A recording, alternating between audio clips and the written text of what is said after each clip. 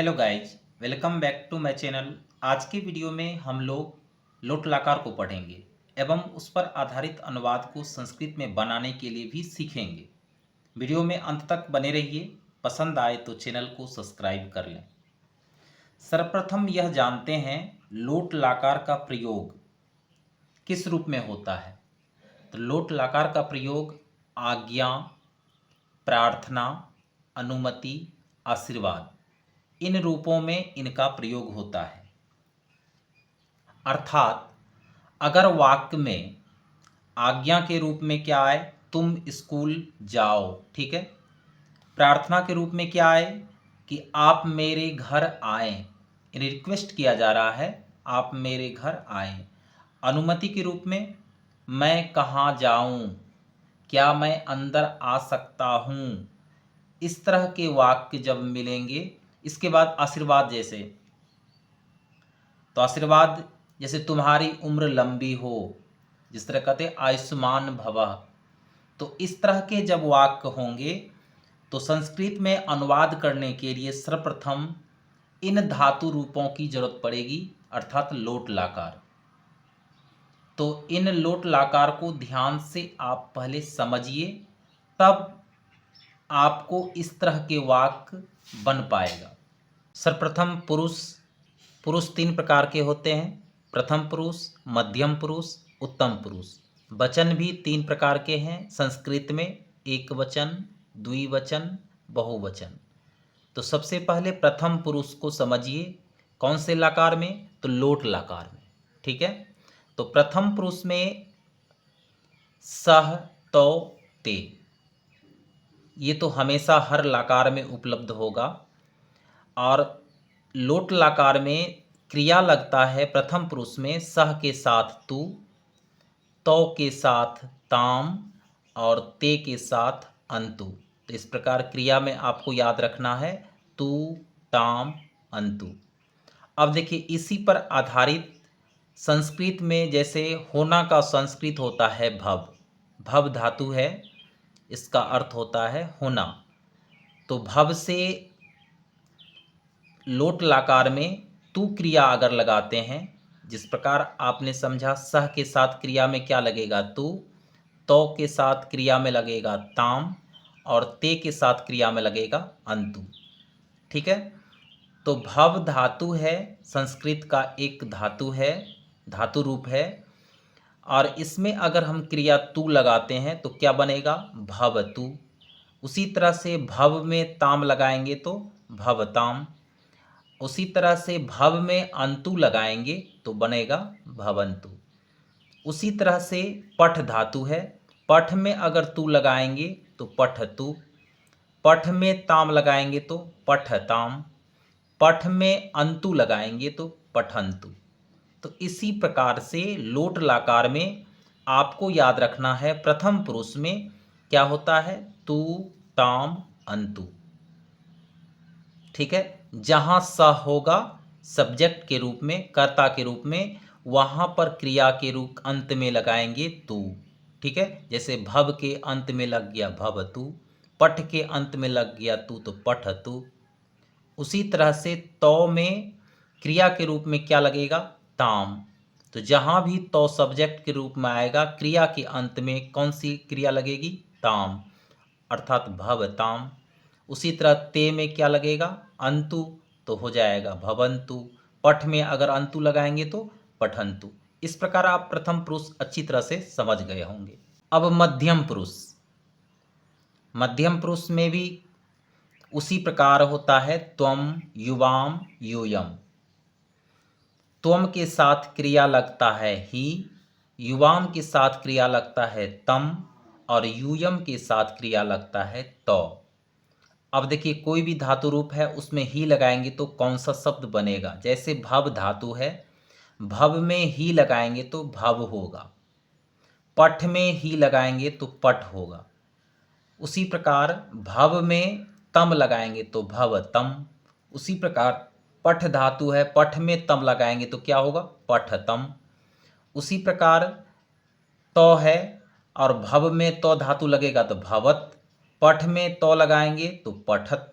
तो इस तरह से जहाँ भी त्वम का सब्जेक्ट के रूप में आप उच्चारण देखें या त्वम लगा होगा, लोट लकार में क्रिया के रूप में ही होगा, युवाम में क्रिया के रूप में तम होगा, यूयम में क्रिया के रूप में त होगा। ठीक है, और यही क्रिया का रूप अंत में लग करके संस्कृत के रूपांतरण कर देता है, शब्द को रूपांतरण कर देता है। तो इस प्रकार आप मध्यम पुरुष भी समझ गए होंगे। अब उत्तम पुरुष। उत्तम पुरुष में होता है अहम एक वचन, अहम द्विवचन, आवाम बहुवचन, वयम। तो इस प्रकार उत्तम पुरुष में होता है अहम, आवाम, वयम। अब लोट लाकार में क्रिया के रूप में अहम के साथ लगता है आनी, आवाम के साथ आव, वयम के साथ आम। तो उसी प्रकार भव धातु है, उसमें आनी लगाएंगे तो क्या होगा, भवानी। पठ में आनी लगाएंगे तो पठानी। उसी प्रकार आवाम में जो क्रिया लगता है आव, तो उसी प्रकार अगर भव में हम आव लगाएंगे तो भवाव, पठ में आव लगाएंगे तो पठाव। उसी प्रकार आम है, वयम के साथ क्रिया क्या लगा है, आम। तो इसमें भव में अगर जब आम लगाएंगे तो भवाम होगा। उसी प्रकार पठ में आम लगाएंगे तो पठाम होगा। तो इस तरह से आपको याद रखना है। प्रथम पुरुष में क्या हो गया, तू ताम अंतु, मध्यम पुरुष में ही तम त, और उत्तम पुरुष में आपको याद रखना है आनी आव आम।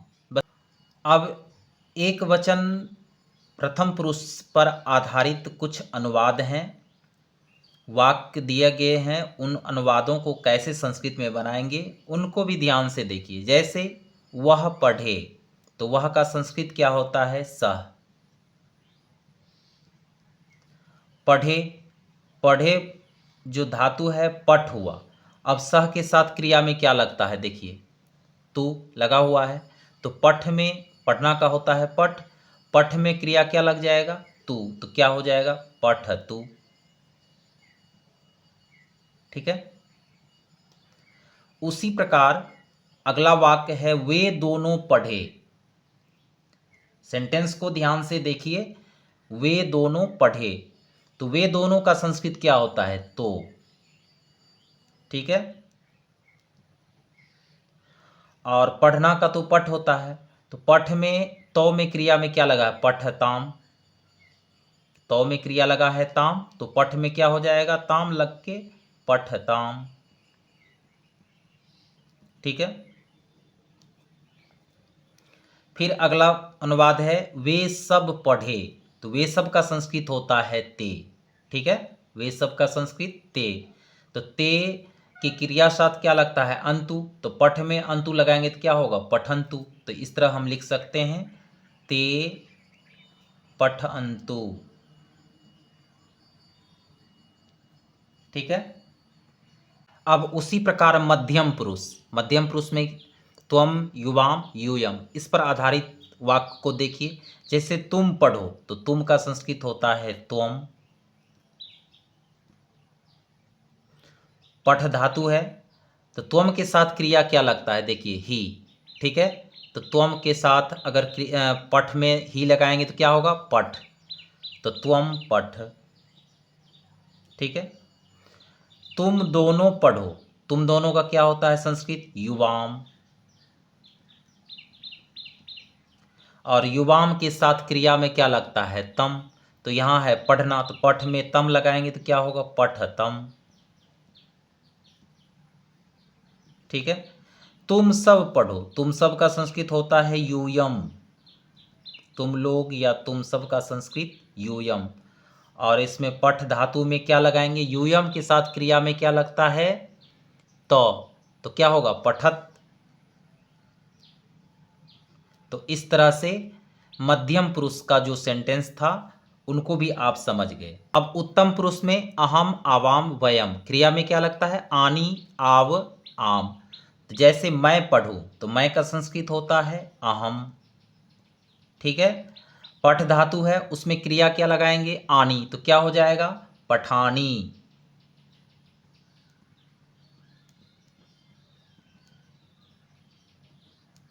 ठीक है। अब उसी प्रकार है हम दोनों पढ़ें, हम दोनों का संस्कृत होता है आवाम।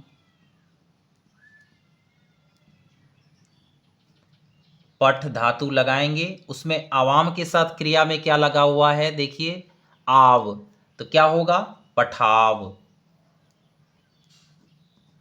उसी तरह हम सब पढ़े, हम सब का संस्कृत होता है वयम, हम लोग या हम सब का संस्कृत होता है वयम। पढ़े तो पठ है धातु और उसमें वयम के साथ क्रिया क्या लगता है आम, तो क्या हो जाएगा पठाम। ठीक है, तो इस तरह से आप तीनों पुरुष को समझ गए होंगे। अब उसी प्रकार कुछ अन्य वाक्य, तुम सफल हो, तुम का संस्कृत होता है त्वम, सफल का संस्कृत सफला,